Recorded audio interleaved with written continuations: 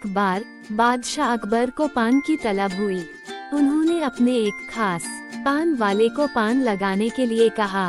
उसने पान बनाकर बादशाह को दे दिया।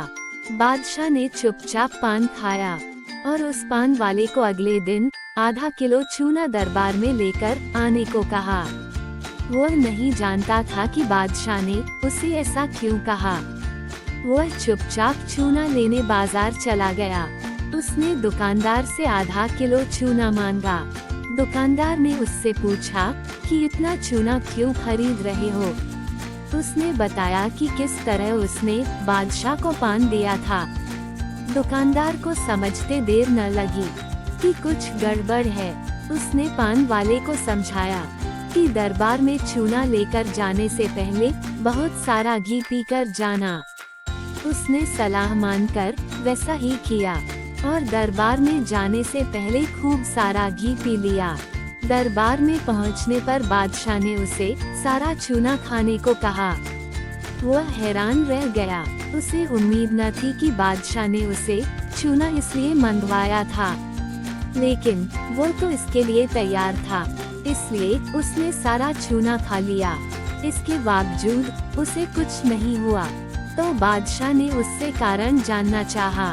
उसने अपनी और दुकानदार की बातचीत के बारे में बादशाह को बता दिया। अब बादशाह उस व्यक्ति से मिलने को उतावले हो रहे थे, जिसने उनके मन की बात को पहले ही जान लिया था। बादशाह ने हुक्म दिया कि उस दुकानदार को अगले दिन दरबार में हाजिर किया जाए। अगले दिन उस दुकानदार को दरबार में लाया गया। बादशाह ने उससे पूछा कि वह उनके मन की बात को कैसे समझ गया। तब दुकानदार ने कहा, हुजूर, जब यह आदमी मेरे पास चूना खरीदने आया था, तो मैंने इससे पूछा कि इतने चूने का क्या करोगे। मुझे इसने बताया कि इसने आपको पान बनाकर खिलाया और फिर आपने उसे चूना लाने का हुक्म दिया।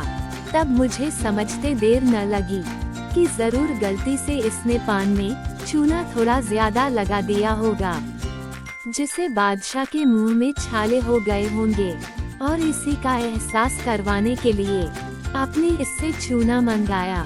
मैंने इसे सलाह दी कि दरबार में जाने से पहले घी पीकर जाना, जिससे अगर तुम्हें चूना खाना भी पड़े तो उसका असर कम हो जाएगा। ये दुकानदार और कोई नहीं, बीरबल ही थे। ऐसी और कहानी के लिए वीडियो को लाइक और चैनल को सब्सक्राइब करना न भूले। धन्यवाद।